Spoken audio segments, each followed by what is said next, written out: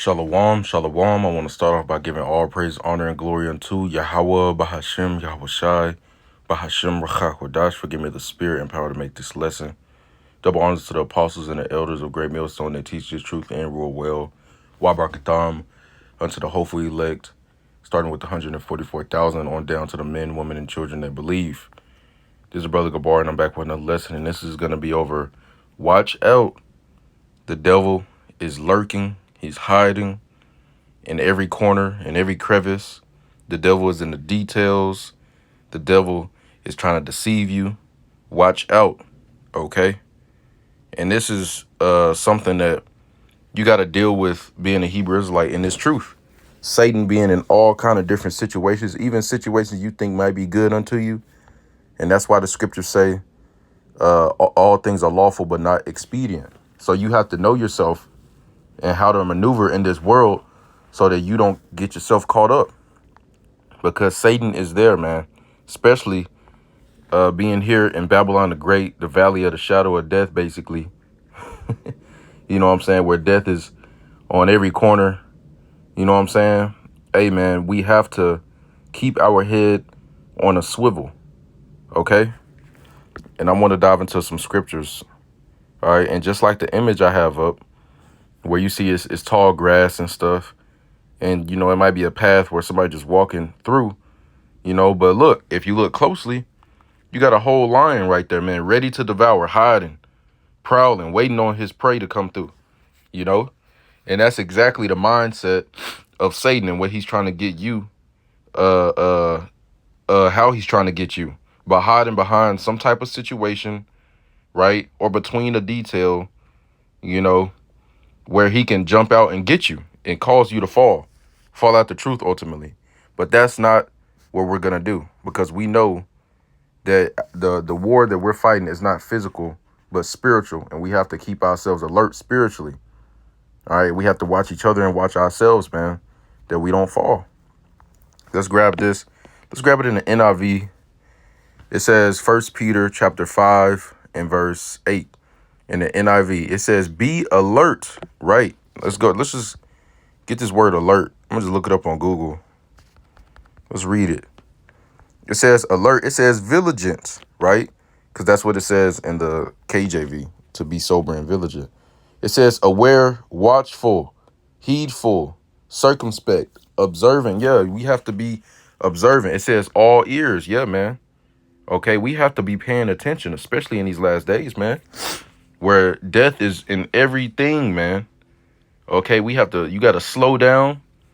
You got to watch your thoughts, you know. You got to watch people. You got to watch yourself, because Satan can come through anything, you know, and you don't want him to prey upon you, right? So you want to be saved, but that's a part of you fighting and being alert and being watchful. You can't just be out here la-di-da-di-da doing this, doing that, right? Because if you're not going to rule your spirit, then the spiritual demon Satan will rule it for you. All right, and the Lord will let him if you're not doing what you're supposed to do, man. Okay, so be watchful, be vigilant. That word vigilant means keeping careful watch for possible danger or difficulties. So that goes back to being prudent. Let's grab that.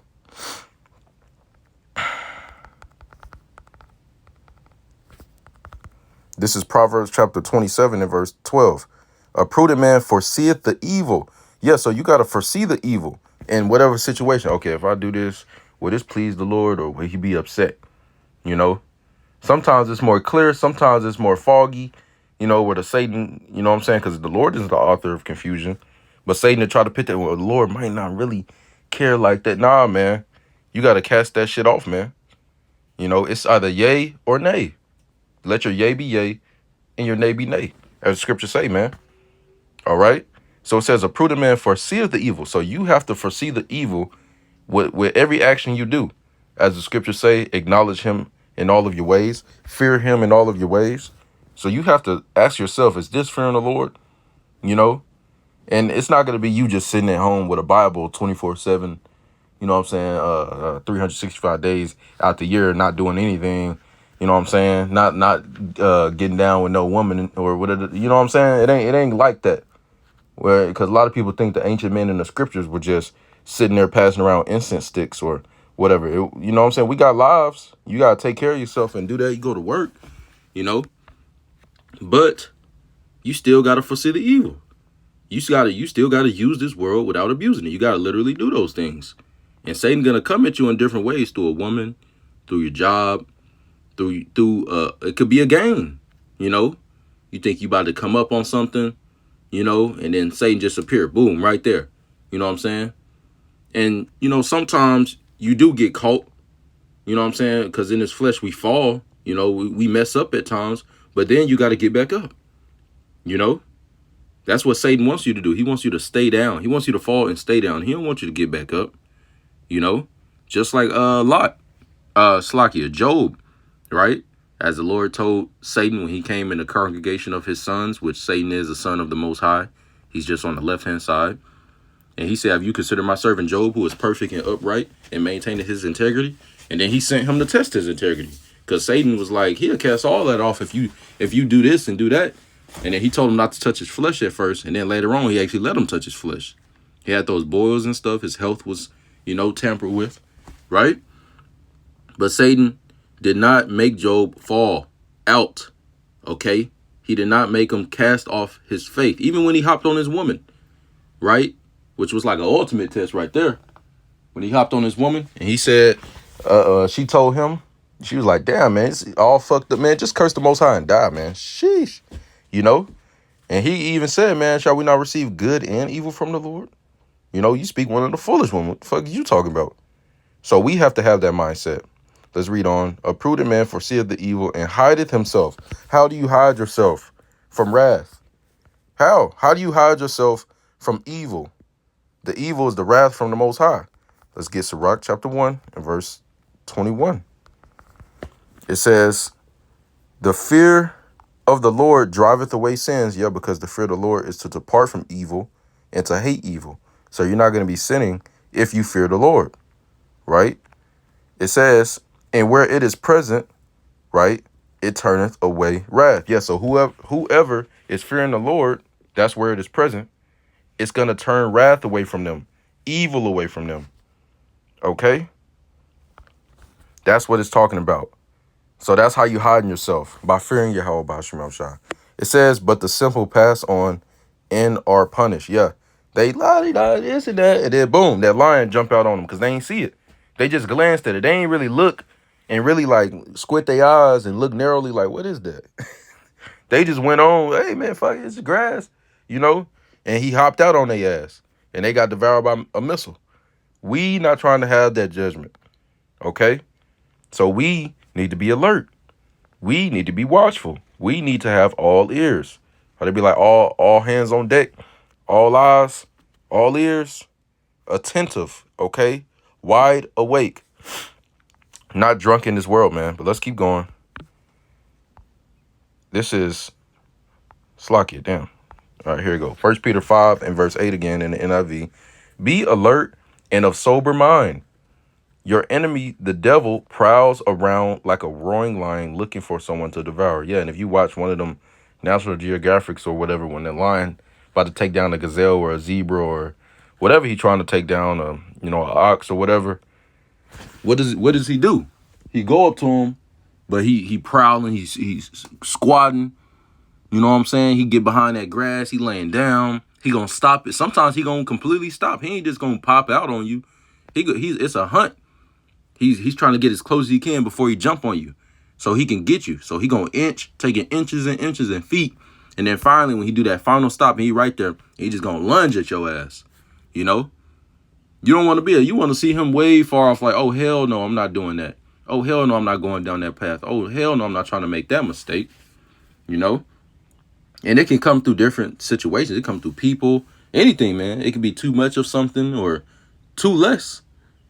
You know, you just have to examine yourself and figure that out, okay?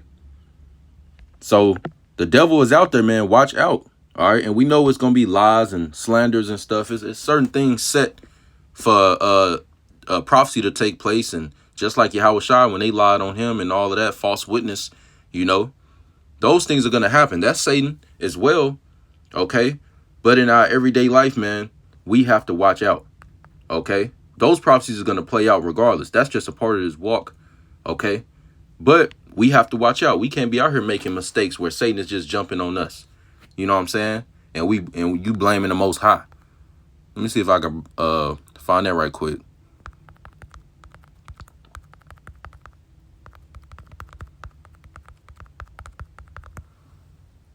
Proverbs chapter 13.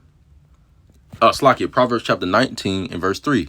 It says, the foolishness of man perverteth his way, and his heart fretteth against the Lord Yahweh. Yeah. So people out here doing all this foolishness and stuff, and then Satan is allowed to jump on you because you're doing those things and you're not fearing, so the wrath can come. And then people get mad with the Most High. Like, you putting all this extra hell on you, but you doing it to yourself, man, because you're not being watchful. If you was watching, you would have seen Satan all up in that situation, and you would have avoided it. Let me see if I can get this in the NIV right quick. Here we go. Proverbs 19 and verse 3 in the NIV. A person's own folly leads to their ruin. Yeah, because you got to get judged, and those things that you do, those wicked deeds, man, is going to be like the scripture say, you reap what you sow. Right, so it's going to come back to you full circle. You know what I'm saying? It says, a person's own folly leads to their ruin, yet their heart rages against the Lord Yahweh. Exactly. Like the Lord doing it to you. You doing it to yourself, man. You doing it to yourself because you're not being watchful as you're supposed to be. So we all need to be more watchful. We all need to be more circumspect. Okay? I'm going to grab this last scripture. Luke 9 and 62, words of Yahushua. It says, and Yahushua said unto him, no man having put his hand to the plow and looking back is fit for the kingdom of Yahweh. Yeah, so ultimately that's Satan. That's what Satan trying to do. That's his MO. That's his motivation. Okay.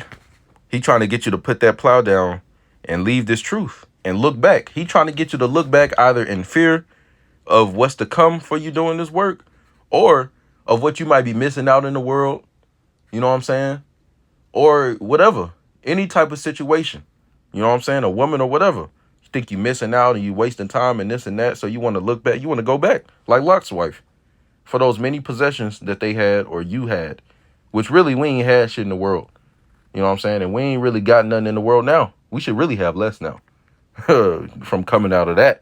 You know what I'm saying? Because we holding on to this truth, man. We have a world to come. We have the world of Israel, the world of Jacob. 2 Ezra 6 and 9. Esau is the end of the world, this age, this eon, this time period. And Jacob is the beginning that falleth, which is eternal. Eternal glory, eternal fame, eternal praise, right? Eternal things where moth and dust do not corrupt, man. So why would you look back? You know what I'm saying? For something that's just a morsel, a small bit of time. Okay? But, you know, that's basically the point, man. Watch out, man. You know what I'm saying? Be watchful. You look into them situations, look into those things, you know what I'm saying, and different things in different ways. You think Satan is trying to come at you, you know what I'm saying? Even when you chilling, you gotta be thinking like, okay, I'm good. Like you know what I'm saying? Like I did what I was supposed to do today. And you know what I'm saying? This person tried to fuck that. You know, Satan could just try to do something around you. As the scripture say, we walk by faith and not by sight. Satan gonna do stuff around you, man. He gonna do hella stuff around you just to get you to react. Okay? That's a whole nother ball game too. You know what I'm saying? Your reaction. You got to watch your reaction to things, because you can be dodging things, but then Satan could just put you in the situation. Lord have him put you in the situation, you know, to see how you react. Are you going to react carnally or are you going to react spiritually? Right? So that's basically the point of this lesson, man. Lord's will, you know, this is edifying. Call halal Yahweh by Hashem Shai, by Hashem Chakwadash for giving spirit and power to make this lesson. The amounts of the apostles, elders of great millstone who teach and rule well. Robert Thamas to the hopeful elect, the 144,000 on down to the men, women, and children that believe. Shalom.